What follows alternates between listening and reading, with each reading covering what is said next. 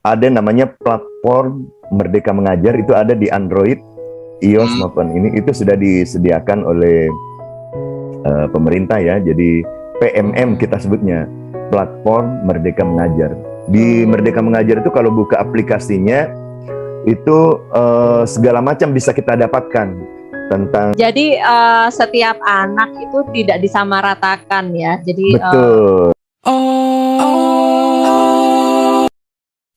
Assalamualaikum warahmatullahi wabarakatuh. Salam sejahtera, Om Swastiastu, Namo Buddhaya, dan salam kebajikan. Kita kembali lagi di KB Podcast. Kita bicara. Wah, hari ini bersemangat sekali nih bertemu dengan sahabat lama saya. Dulu kami sama-sama tinggal di Papua, Sorong, dan sekarang hijrah di Jakarta dan Bekasi nih. Muhammad Shohir, apa kabar Pak? Alhamdulillah baik ya. Selamat datang. Pak Shohir. Pak Shohir juga boleh. Selamat datang ya di KB Podcast. Jadi Lala dan Gugus akan berbincang-bincang, bicara santai mengenai situasi dan kondisi apa yang ingin dibahas, bisa bebas apa saja, dan ini sifatnya relax, tapi kita akan mengajukan pertanyaan-pertanyaan yang dasarnya dari coaching ya. Jadi ini gue mau kenalin juga nih Gus ya, tadi kan gue udah bilang nih teman gue waktu zaman-zaman putih biru. Ya. Tapi Gugus juga teman gue putih biru nih, Shohir. Oh gitu, waduh. Cuma setengah ya. Sorong Jakarta. Sorong Jakarta, betul. Kalau di Sorong itu SMP 1. Nah, kalau di Jakarta Tugalan itu 139. Nah, nih kalau sekarang nih sahabat gue ini ya, Shohir ini menjadi wakil kepala sekolah di salah satu sekolah di daerah Tangerang ya? Iya, di daerah Tangerang. Nah, daerah Tangerang. Kenalan dulu dong, yuk kita ngobrolin dulu nih. Di mana sih sekarang dirimu, Pak? Silakan Pak Shohir. Iya. Silakan. Oke, perkenalkan, nama saya Muhammad Shohir. Jadi dulu benar ya, satu SMP dengan Lala. Cuma satu SMP ini sebenarnya kami belum pernah sekelas. Belum pernah ketemu, tapi sempat ada namanya itu. Saya baca di meja, diukir. Meninggalkan Bekasi. Iya. Ayo ngaku siapa yang tulis? Siapa orangnya juga nih masih misteri sama soulmate gue dulu. Ada penggemarnya.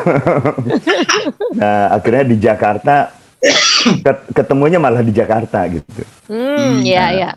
Ya, terus saya jadi dari SD sampai SMA itu kan di Sorong ya. SD-nya itu SD Negeri 2, itu sampai kelas 4 pindah ke SD Impres 49 di Remu Selatan, depan Asrama Angkatan Laut. Wah, siapa gitu ya?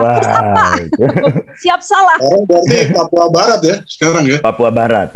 Kalau dulu mah kita tidak mengenal ada Papua Barat atau Papua. Irian Jaya. Irian Jaya. Kepala burung cendrawasih. SMP-nya SMP 1 Sorong, SMA-nya SMA 1 Sorong.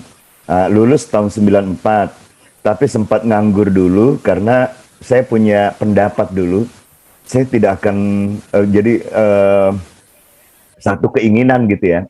Jadi saya tidak akan mau kuliah kalau di luar, kalau di Papua. Jadi maunya harus di luar Papua. Nganggur dulu jadinya. Alasannya kenapa tuh? Kenapa harus di luar Papua? Jadi ini waktu SMA itu kan guru-guru ya, itu dari berbagai daerah. Nah, saya dan sebagian teman-teman tuh merasakan, kalau dari Papua, dari luar Papua kayaknya seru-seru gitu. Jadi di sana pinter-pinter nih orangnya nih. Gitu. Dan juga memang ada keinginan merantau. Kita dari SD, SMP, SMA kok di Papua terus gitu. Jadi ada keinginan untuk mengadu nasib di luar. Walaupun begini, dulu itu cita-cita saya nggak pernah mau jadi guru gitu. Kalau ditanya apa cita-cita kamu, rata-rata orang kan menjawab dokter atau pilot ya. Kalau yang laki-laki biasanya pilot atau tentara. Nah, kalau saya jawabannya apa saja mau, asal jangan jadi guru. Wah, Apalagi guru silat. wow, asal jangan jadi guru. Iya, Oke. tahu-tahu jadi guru. Iya. Nah, terus jadinya kuliah di mana, Hir? Di Rawamangun. Jadi ini mungkin cerita sedikit kenapa jadi guru ya. Jadi awalnya itu waktu di lulus SMA kan nganggur. Nah, terus ada masjid di dekat rumah itu, Masjid Al-Azhar. Masjid Al-Azhar belakang gedung olahraga. Nah, itu lagi banyak anak ngaji, gurunya kurang. Ada gurunya tapi kurang. Itu kan cuma dari maghrib sampai isya itu ngajinya cuma sebentar.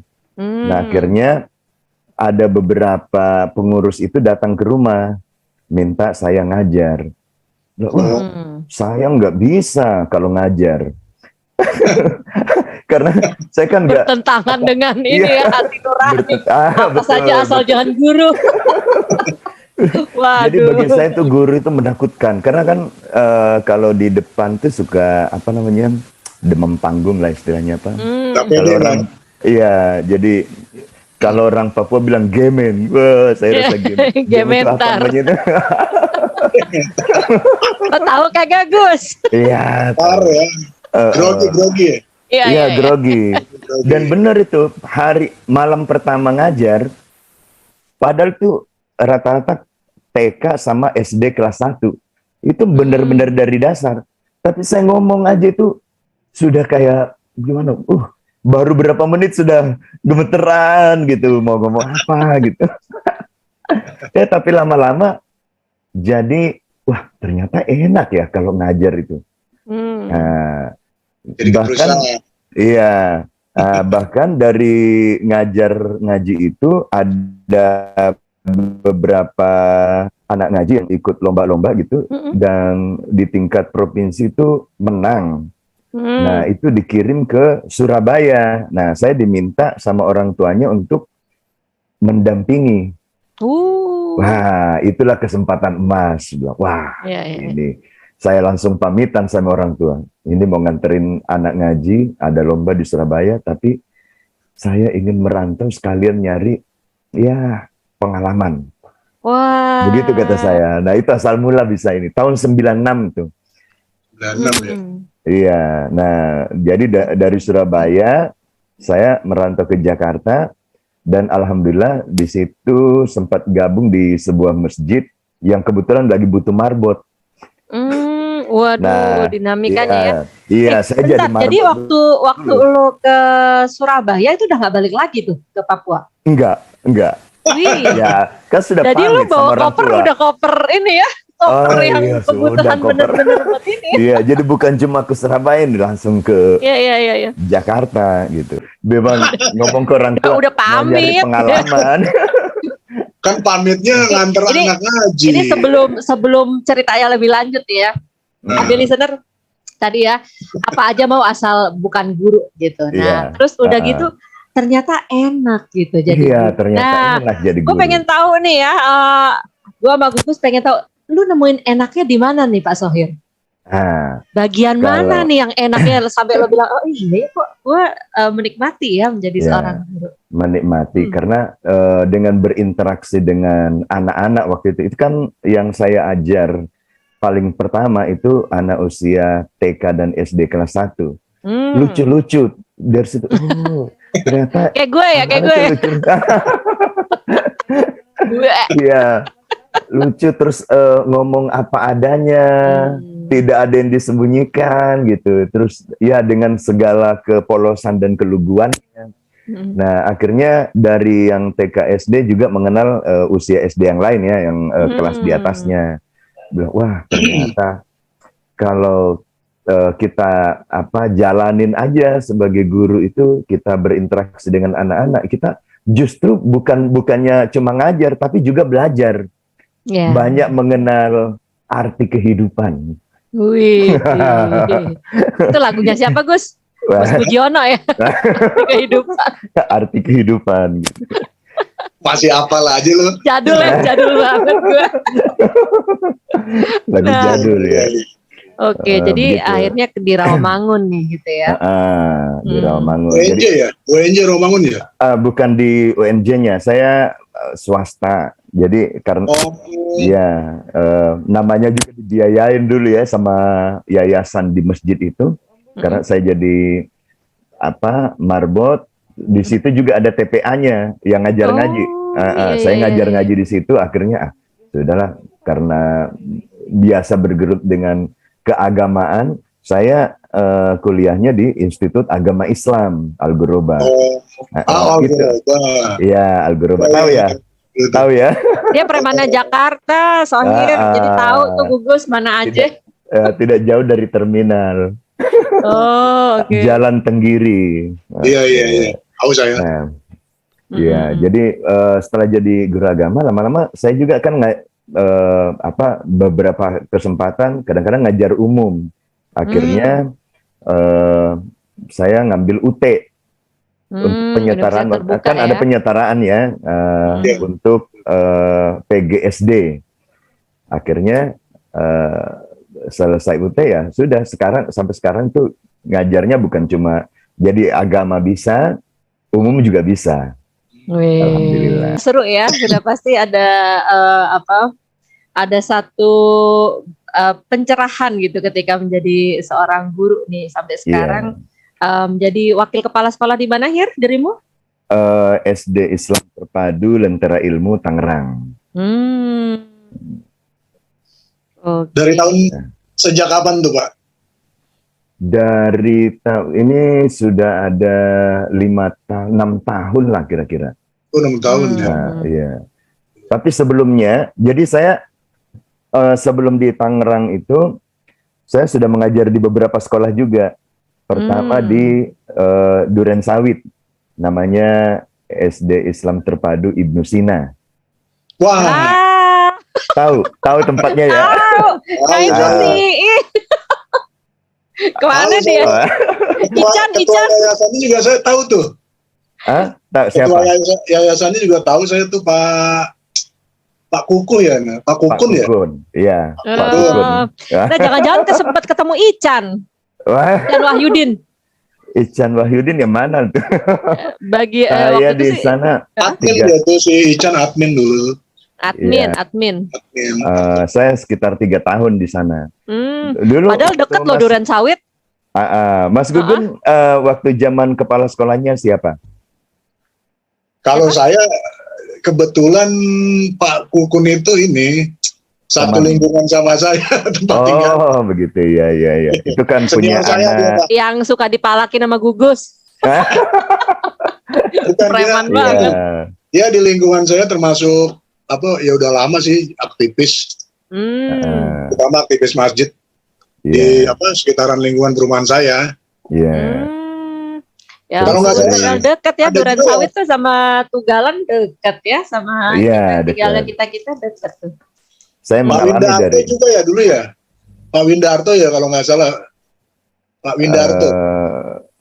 Lupa ingat dah kalau Pak Windarto. Itu kan yang sudah pindah ke SD. Jadi saya dari waktu masih di ngontraknya di dekat rumah sakit yang di seberang jalan itu, baru pindah lagi ke dekat SD 10 ya namanya. Itu kan yang sampai sekarang. Nah, dari situ pindah ke Asukriyah Tangerang. Dari Tangerang pindah lagi ke Jakarta Barat, itu ada namanya Arisala. Nah, di Arisala itu sempat jadi kepala sekolah.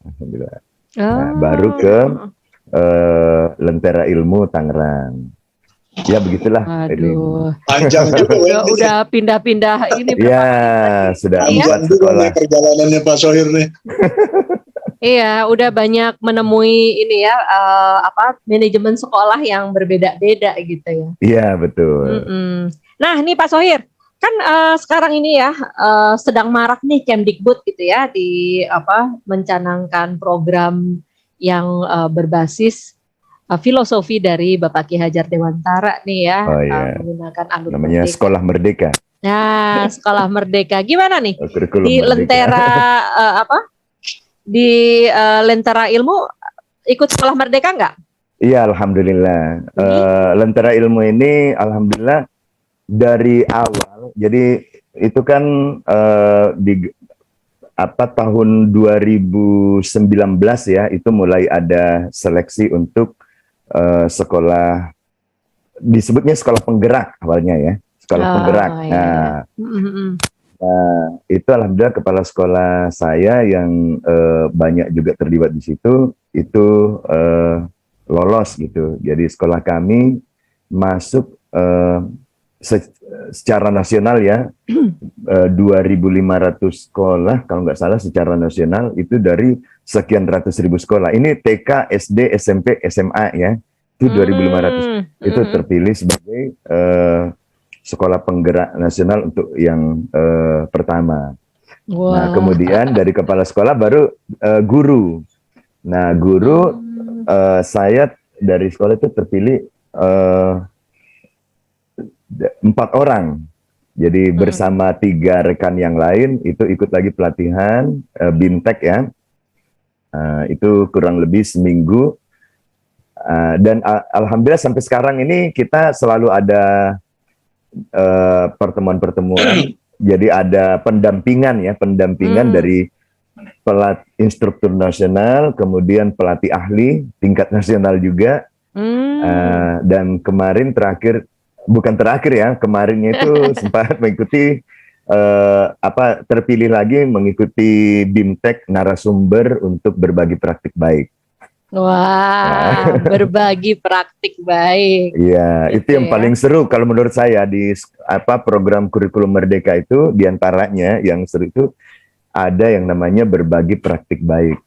Jadi di mana guru itu bisa menceritakan yang menurut dia hal yang sukses bagi dia gitu ya, dibagikan kepada rekan-rekan guru yang lain, dan yang lain itu bisa meniru.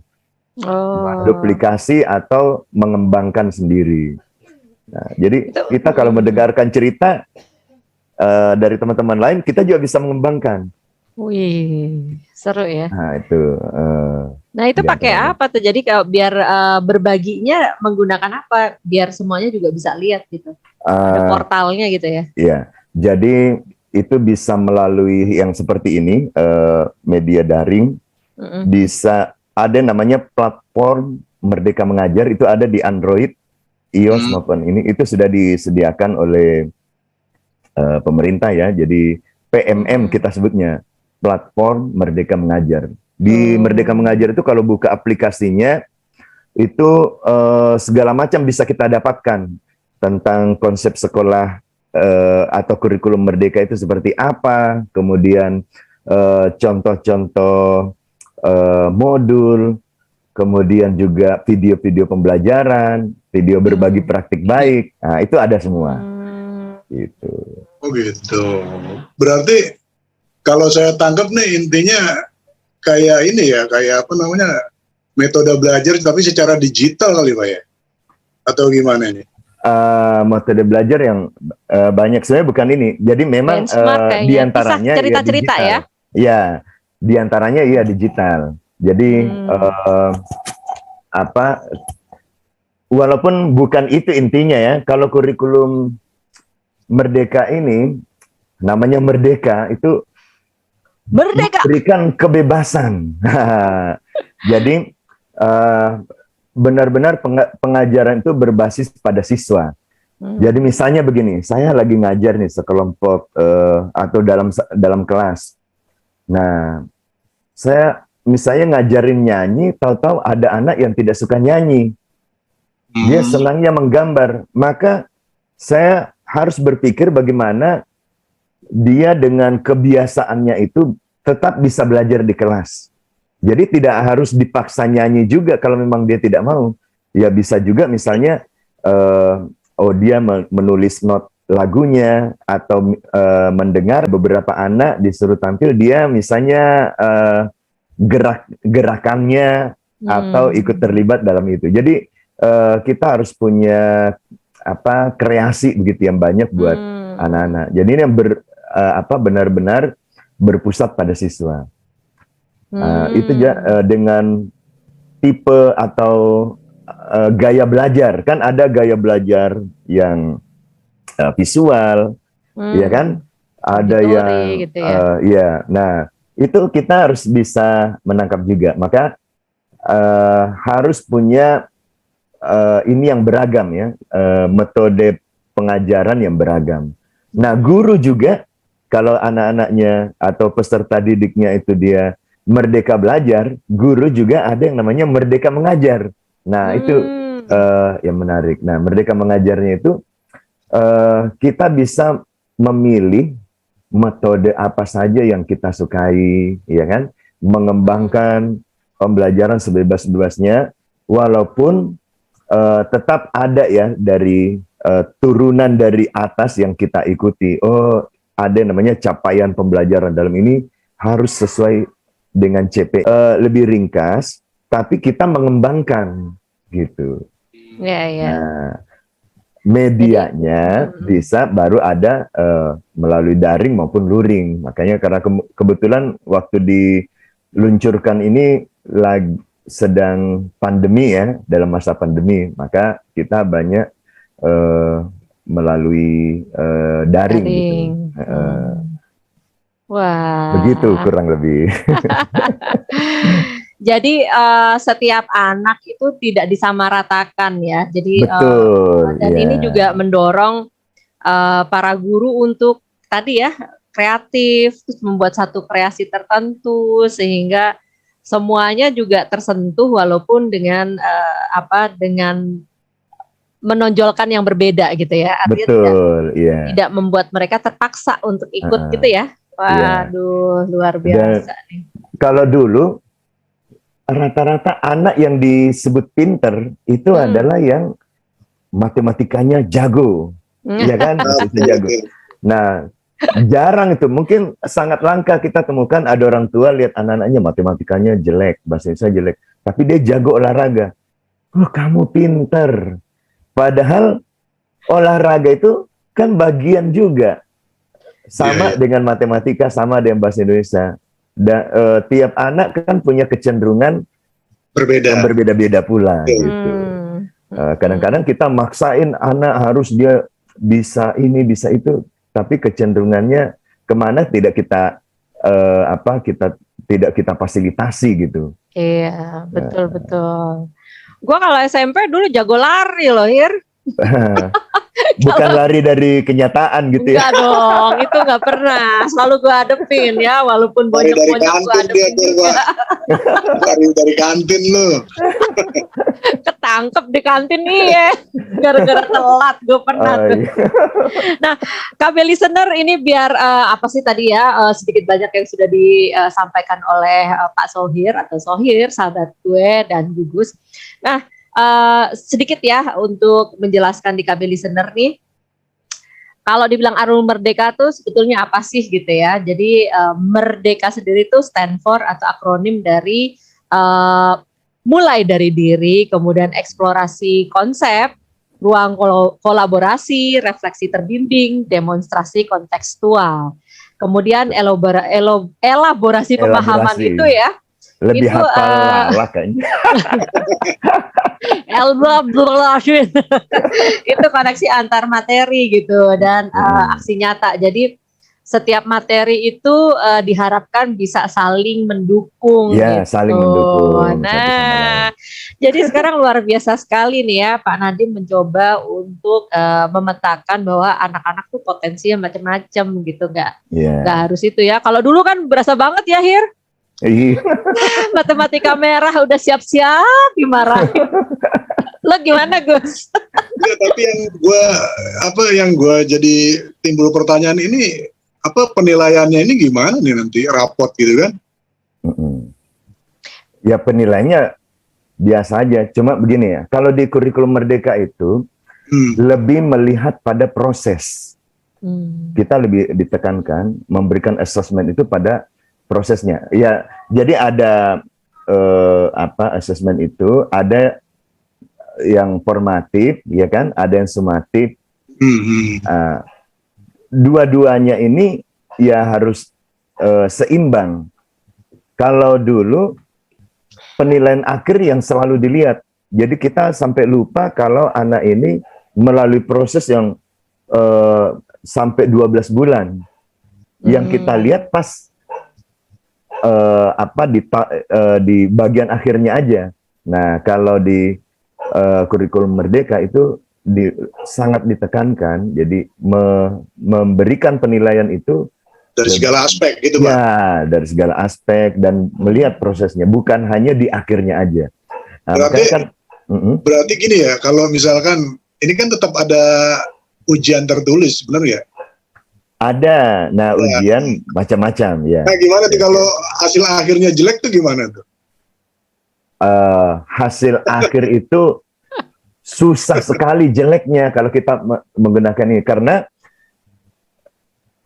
misalnya nih kan itu selalu ada prosesnya, dan di dalam proses itu kalau dia ada kekurangan itu kita bisa mengejar ketertinggalannya. Dan dia misalnya anak yang benar-benar susah mengikuti itu tidak dipaksa untuk misalnya dia grade A, B atau grade 1, 2 dan 3 ya. Nah, dia di tangga pertama ini masih kesulitan.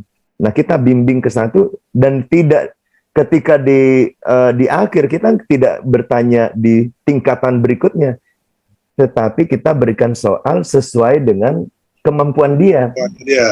Jadi ini bedanya nih.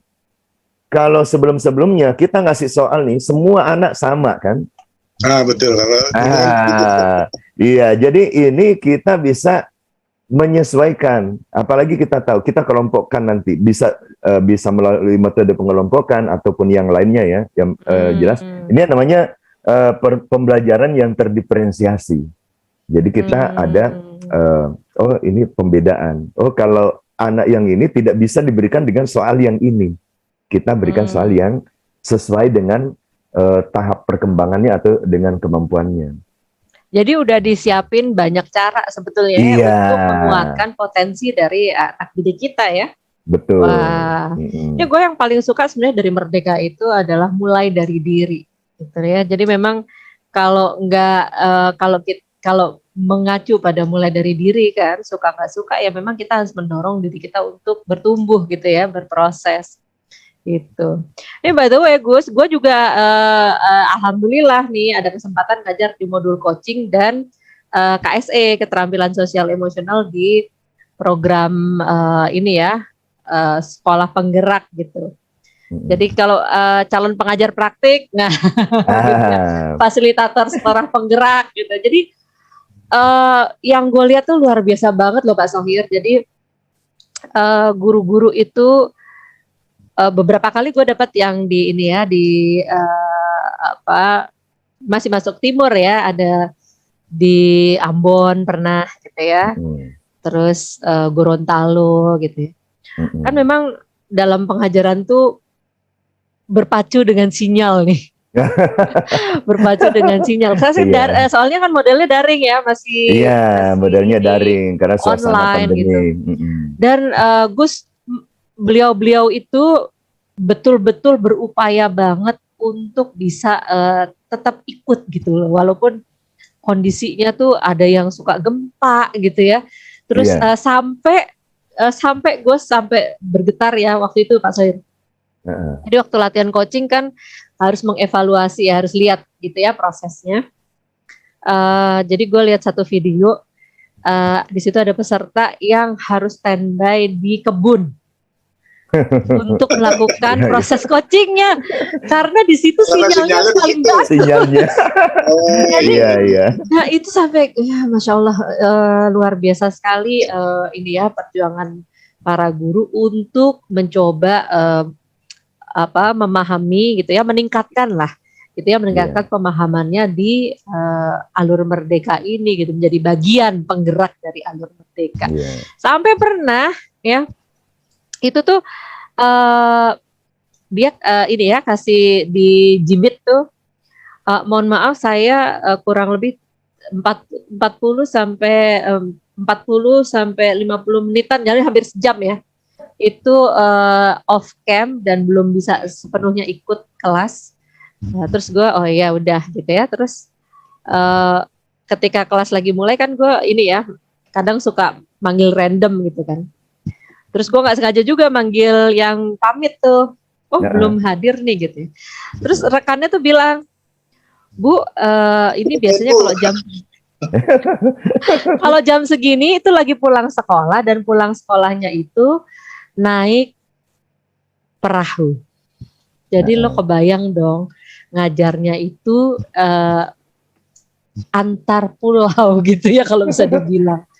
Itu dedikasinya luar biasa banget tuh. Nih Pak Sohir kalau gimana Gus? Banget sama dia apa namanya pengorbanannya tuh. Iya. Aduh. Dan jadi itu luar kalau biasa zaman dulu kalau dikenal Umar Bakri, pengorbanannya dengan naik sepeda. Naik sepeda ya. Sekarang ya macam-macam juga. Dan tantangan guru sekarang itu dia harus bersaing dengan gadget, dengan YouTube, dengan Google. Iya betul. Ya, kemarin kan masa pandemi nih kalau ulangan bentuknya online. Nah, ini sedikit ini aja. Bagi satu gambaran. Anak-anak karena ngerjain di rumah, ya dia bisa Google. Jadi gurunya cari jawaban. Jawabannya lebih dalam dan lebih luas daripada yang dibayangkan oleh gurunya. Karena tinggal copy paste gitu. Copy paste udah itu kepinteran jadinya ya karena ngambil. Ya Allah. Nah, ini balik lagi nih ya kalau di berbagi praktik baik nih. Iya. Yang dirimu suka temukan dalam sharing-sharing gitu. Sharing-sharing rekan-rekan gitu ya. Itu yang menyentuh hati ataupun yang menurut dirimu tuh terlihat baik sekali.